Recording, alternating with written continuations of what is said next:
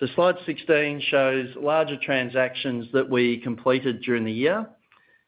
To best position the portfolio to meet our investment objectives, we look to maintain an appropriate mix of income and growth attributes. So starting on the left-hand side, we show holdings that we've added to in recent times. In all cases, we were able to use periods of short-term share price weakness to make these holdings larger. For all these companies, we remain confident that the long-term opportunity remains significant and that these companies are well positioned to capture it. Primarily for future earnings growth, we added to holdings in Goodman Group, James Hardie, CSL, WiseTech and ResMed. We added to BHP and Woodside after meaningful share price falls. Both companies are low-cost producers and maintain excellent balance sheets. And we added to Telstra at a price that reflects an attractive dividend yield and consider the companies well positioned to grow earnings and cash flow over the medium term.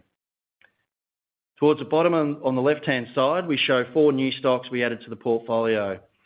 We added Ampol and Region Group for their attractive income profile, and additionally we purchased Macquarie Technology and Mineral Resources. Both are owner-driver businesses where management and board members maintain significant shareholdings, offering strong alignment with shareholders.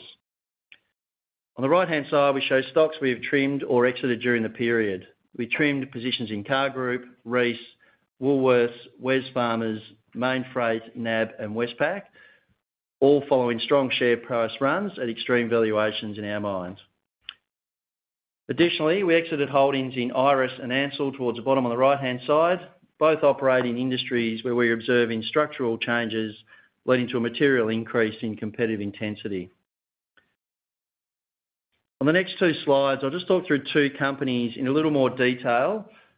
Both have long been held within the portfolio. Both have seen recent share price weakness, providing the opportunity to add to our holdings.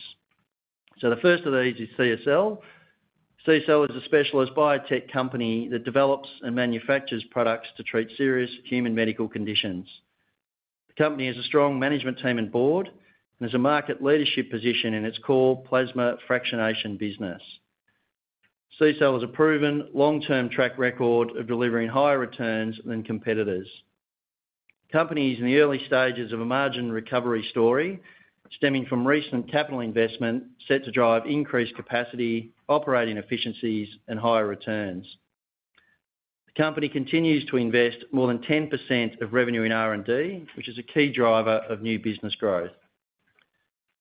We maintain high confidence that CSL has many years of strong earnings growth, delivering attractive returns to long-term shareholders. And the second one on the following slide is James Hardie. So James Hardie is a market leader in the manufacturing of fibre cement cladding, where it currently holds around 90% market share in its core US market.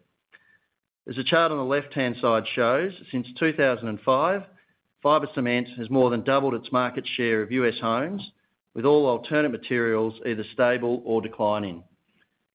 Fibre cement has a number of superior attributes compared to other cladding materials in the market.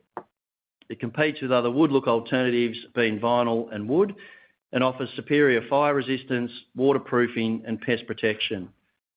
The company has a strong track record of successful capital allocation, generating a high return on invested capital while maintaining a strong balance sheet.